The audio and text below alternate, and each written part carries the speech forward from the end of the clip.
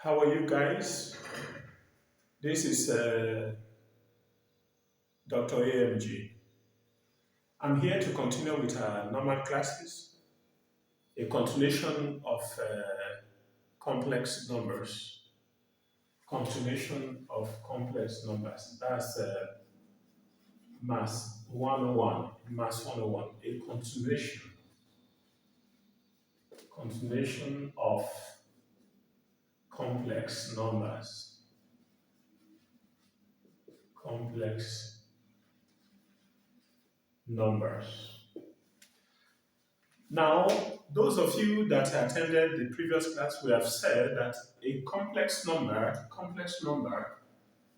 is a combination of real and imaginary parts. A combination of real and imaginary parts. Real and imaginary part. Where here is the real, then here is the imaginary part. This is what we have. This is a combination of real and where we said A is the real, whereas B here is the imaginary part. Now we have also considered addition and the subtraction of complex numbers. So let me quickly cover that of multiplication of complex numbers. Let me romance it. This we have also done before, but let me just briefly look at the product of two complex numbers. Say if we have x1 equal to 3 plus 2i, and we have maybe x2, which is also a complex number, we have it as 4 plus 3i. And we are asked to find, if we're asked to find x1 times x2, then this implies 3 plus 2i into 4 plus 3i. Remember, we have said that I dot I is equal to negative, which is I square. It's the same thing as I dot I. This is also equal to negative 1. We have said so. So in complex number, we have said that's equal to negative 1. I squared is equal to negative 1. So if that holds, then this to this gives you 12. This to this will give you plus 9i. Then this to this will give you plus 8i. Then this to this will give you plus 6i squared. But remember that we have said I squared is the same thing as negative 1. Then here is negative 1. Negative 1 times this will give you minus 6. Meaning that we have minus 6 collection of like terms. This and this will give us. So let me first of all say this plus 9. These are like terms. So if you collect them, you're going to have 17i. Then minus 6 because of this. So if you simplify these ones, you're going to have 6 plus 17i. This is what we are going to have. So the product of two complex numbers also boils down to another complex number. This we have treated in our previous class. So let me quickly go into the conjugation of complex numbers. Conjugation of complex numbers.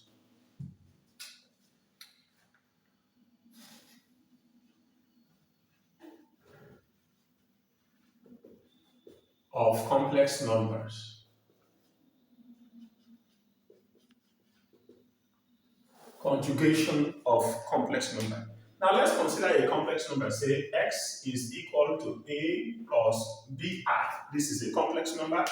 If this is a complex number, we are saying that the conjugate of this, of x here, is written as this. This implies a plus bi.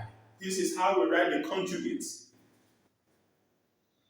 This is how we write the conjugate. This is the conjugate of this. This is the conjugate of this number, and vice versa. This one is also the conjugate of this. Now, in real terms, if we have, say, x1 is equal to 3 plus 2i, which is a complex number. Now, the conjugate of this is simply this is equal to 3 minus 2i.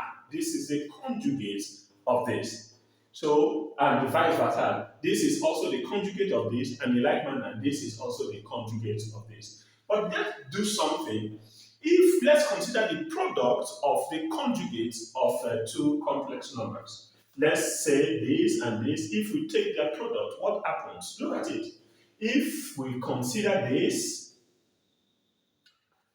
x1 and by its conjugates, we are going to have 3 plus 2i into 3 minus 2i. This is what we have. This is because this is the conjugate of this, or vice versa. You say this is also the conjugate of this. So if you take their product, you are going to have 9. This to this will give you 9. This to this will give you minus 6i.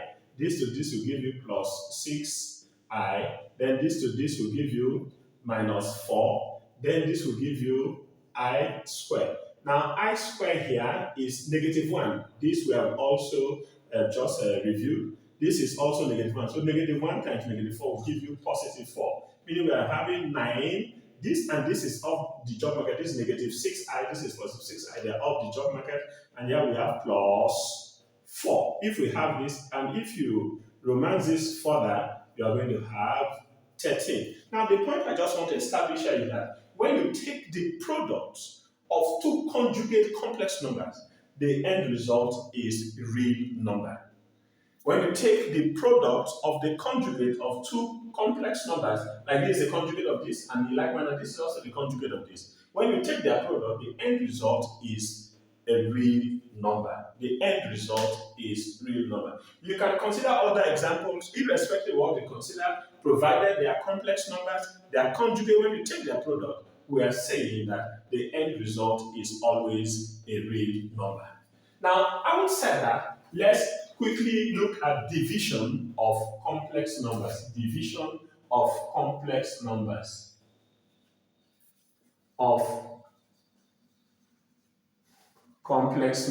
Division of complex numbers.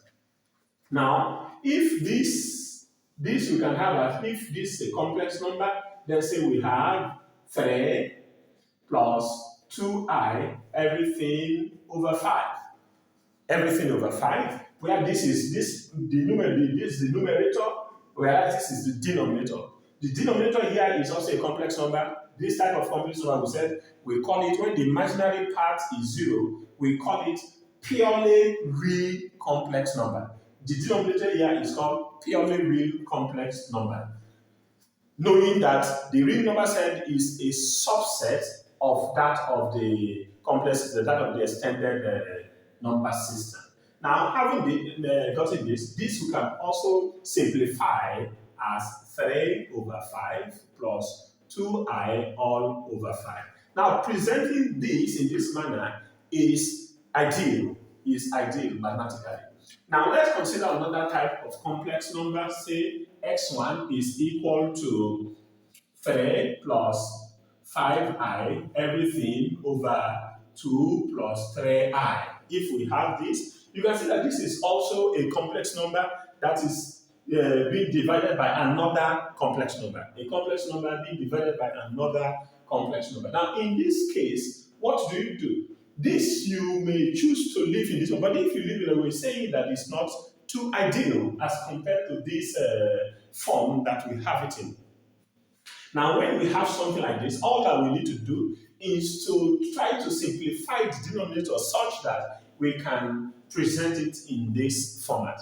Now, if we want to do that, what do? There is only one thing we can do to the denominator, that the entire denominator will turn to a real number, as we have here. And this we have said in our while we are considering the conjugate, that when you take the product of the conjugate of two complex numbers, that the end result is real. If that's true, then it's our duty to determine the conjugate of the denominator here, which we have as 2 minus 3i. This is a conjugate. This is the conjugate of this. Then multiply both numerator and denominator by the conjugate of the denominator. So if we are doing so, then we are saying that multiply So we are saying that multiply both the numerator, and the denominator. So the conjugate of this one, of the denominator here is 2 minus 3i. Everything over 2 minus 3i. This doesn't change anything after all. This divided by this gives you just 1. 1 times this, you boil down to the starting point. Now, when you open this bracket, we are going to have, when you open this bracket, we're going to have this to this will give you 6. This to this will give you minus 9i. This to this will give you plus 10i, and this to this will give you minus 15i squared. Everything over this to this will give you 4. This to this will give you minus 6i. This to this will give you plus 6i. This to this will give you minus 9i squared. This way we have. Now, but know that I squared is the same as negative 1. So if this negative 1 times minus 15, here will give you positive 15, positive 15. Now here we have negative 9i, here we have positive b. So if you simplify this one, you're going to just have I. Remember here we have positive 15. Positive 15 to this will give you 21. So we have 21 here in this one, the real part, plus I in this other part. Then everything over in like manner here we have negative 1. Negative 1 coming to this one will give you positive 9. Positive 9 to this will give you 13. 13. This and this is off the job market because here is negative 6 and here is positive 6. So what we have is just this, as we have in the first case. So this you can also simplify as 21 all over 13 plus I all over 13. We are saying that presenting it in this form is more suitable as compared to this. So when you have a complex number dividing another complex number, all that you do is to take the conjugate, multiply both the numerator and the denominator by the conjugate of the denominator in order to rationalize the denominator. That's what we do. So presenting a complex number in this form is more ideal as compared to that of when you present them in terms of a complex number dividing another complex number. The next thing that I will want to quickly talk about is that of equality of complex number. The next thing I want to quickly talk about is equality of complex numbers.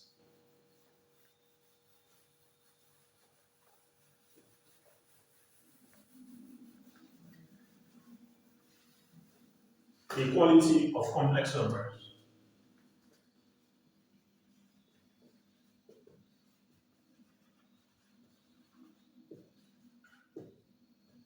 Equality of numbers. Let's consider a complex number. Say x1 is equal to a plus bi. This is a complex number.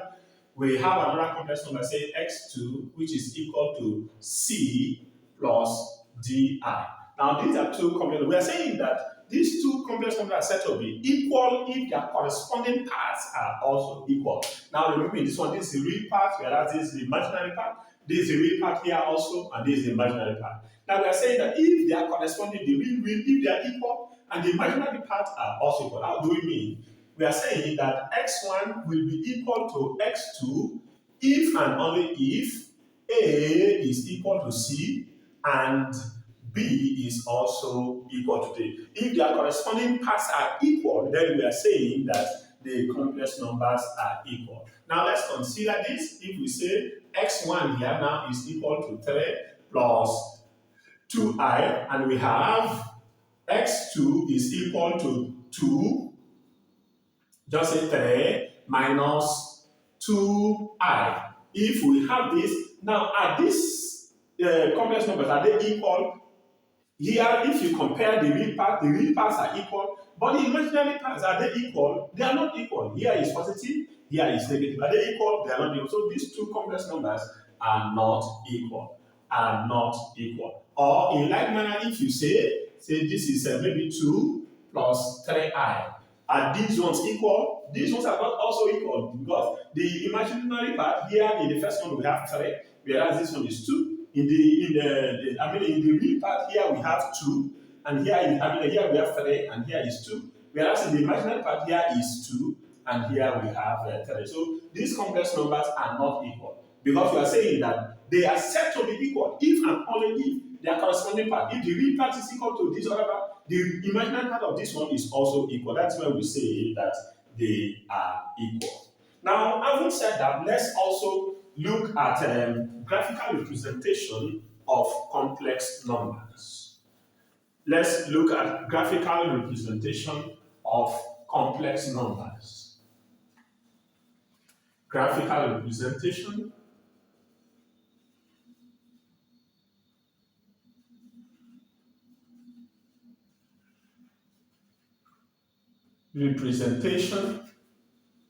of complex numbers. Graphical representation of complex numbers. Now look at this. Look at it. Let's consider the real line. The real line. If we are interested in the number 4, if we are interested in the number 4, assuming that this is the starting point, in the unit say this one is 1, the starting point here is 0, then here is 2, then here is 3, then here is 4. Then we are talking about the magnitude, a vector that is of size 4 in this direction. Because we are talking about the number we're interested in is the number 4. So if you're saying that we are interested in this vector that is in this line from 0 to 4 in this direction. Okay, that's what we're interested in. And we are saying that this is a vector. It's a vector because it has a magnitude of 4 and it has a direction towards the positive side. Now look at it. If we are also interested in another number, say -4, -4, that's multiplying this 4 by the factor of -1. Multiplying this one by the factor of -1, then we have -4. If we do that, then -4 will be in this direction. So here is -1, here is -2, here is -3, then here is -4. You see that this vector will be in this direction up to this point. This one will be -4. Now -4, +4. You said the magnitude will be the same because they are of the same side. However, the direction, they are of the opposite sides. They are of the opposite side. The positive, the one is in the positive direction, whereas this one is in this other direction. Now, what is the effect? The effect here is because of this factor 1. Is because of the factor 1. Initially, it was here, but because of this factor, -1, it has affected it and subtended some angle at 180 degrees. From here, initially it was here. Now, because of this effect here, because of this -1, that factor, it has moved 180 degrees. Okay? And we know that -1 is the same thing as I squared. We know that -1 is the same thing as I squared. Meaning, the -1, which is I squared, in terms of complex number I squared, has the effect of turning something that is positive over 180 degrees. Now, I squared is the same thing as I dot I. 2I, that's what we have. I dot I, that's what we have. Meaning that one I will be more of like half here, which is one I, then the other I will turn to this other side. One I, when it moves half, is one I. When it completes the other one, is the other I. Then if that's true, then we can now say that having this, moving this is just one I. If we complete it this way, then by the time it subtends 180, then it becomes 2I. Now for this other x-axis, we know that this is the real number line. The x-axis is the real number line. So this is the real number line. So let's consider a vector. Let's consider a vector, say x is, let's consider a complex number, say x is equal to a plus bi. A plus bi. Then if that's true, then we are saying that this is the real part and this is the imaginary part. This is the imaginary. So the imaginary part will be in this y direction that we have, the I direction, whereas the real part will be in this one. So we are saying that we are interested in a vector that is in this A, which is the real, and the imaginary, which is the B. Okay? Now let's go into specifics. If we say A is maybe 3, and b is 2. Let's consider a vector, a complex number where our a is 3 and our b is 2I. Then if we want to represent this complex number graphically, then we are saying that we are interested in a number, knowing that this is the I, then this is the x-axis, then we are saying that we're interested in something, maybe say 3 here, then 2I, 2 is maybe somewhere here, 2 is somewhere here. So we are interested in something that is in this direction, a vector that is in this direction. If the resultant vector where we have 3 plus 2I, this is what we're interested in. Or this you can also write as maybe coming to this place, you say we are interested in 3, this is 3, then a vector here, say which is 2I. Then the resultant vector that runs from the origin here to the tip here, which is 3 plus 2I. These are which are all the same. This is the resultant vector, which is the effect, the sum of both this and this, the effect of this and this. That's what we have. So this is graphical representation of complex number. And graphical representation of complex number is called Argand diagram. Argand diagram. Argand diagram. Argand diagram. A graphical representation of complex number is what we refer to as Argand diagram. Having said this, let me quickly talk about the polar form of complex number. The polar form of complex numbers. Having said this, let me quickly talk about the polar form of complex numbers.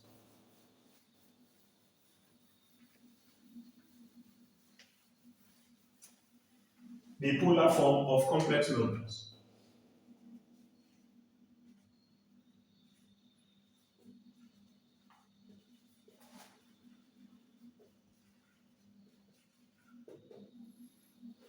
Polar form of complex numbers. Now look at it. Let's consider this diagram from the Argand diagram as we have rightly explained. If we have this, where this is I, if we're interested in, say here is maybe B, and here is say A, then we are talking about the resultant vector that will run from the origin here to this point here, where this is A plus BI, A plus BI. That is, if we're interested in the complex number where we have A, the real part is A, and the imaginary part is B. If that is what we have, this is what now if we say let this sum be equal to R, let the effect, the resultant vector be equal to R, then we know from Pythagoras theory that the square of the hypotenuse is the hypotenuse, and if it subtends some, if this hypotenuse, this resultant vector subtends some angles with the x-axis, then we call it theta, then we are saying that the sum of this hypotenuse here, the resultant vector, the square of the resultant vector here is equal to the sum of the squares of both the opposites and the adjacent of this side. If this is the hypotenuse. Now, how do I mean?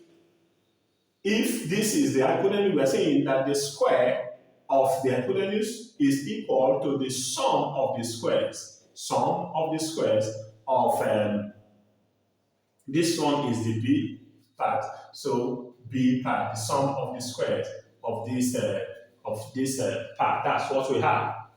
Meaning that R here is equal to the square root of this and this. That is what we have. So this we call the magnitude. This one that we have here is now the magnitude of this vector.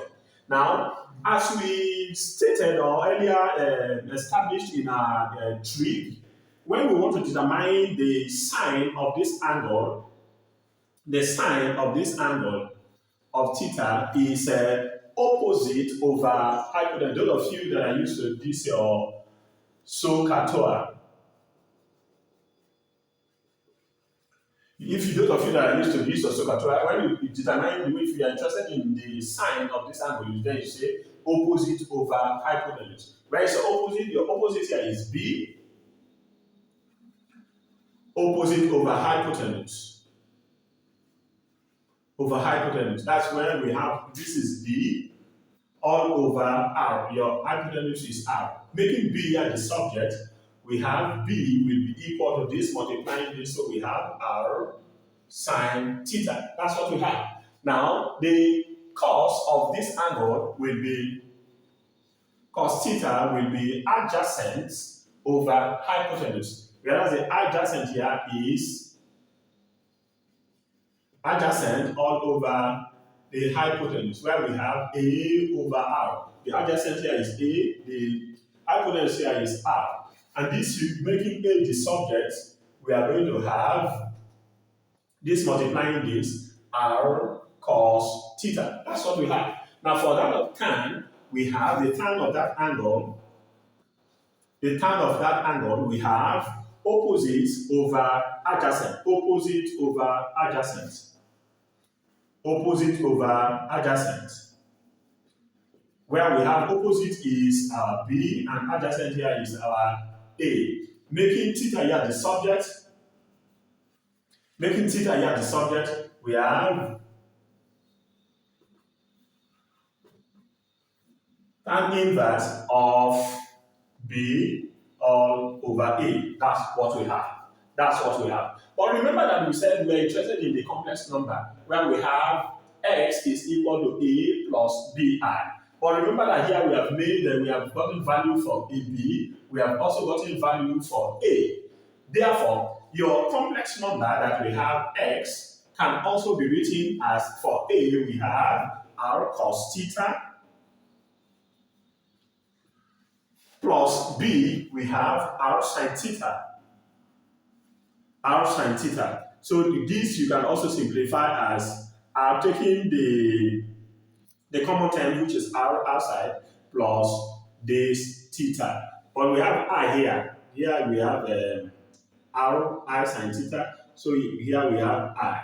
That's what we have. Now this that we have gotten here is the polar form of complex number. That is the polar form of complex number. Now, in our next video, we are going to consider some examples, series of examples using all these, both the conjugate, the polar form, all this, and we will have a deep understanding in what we have done. Thank you, and God bless you.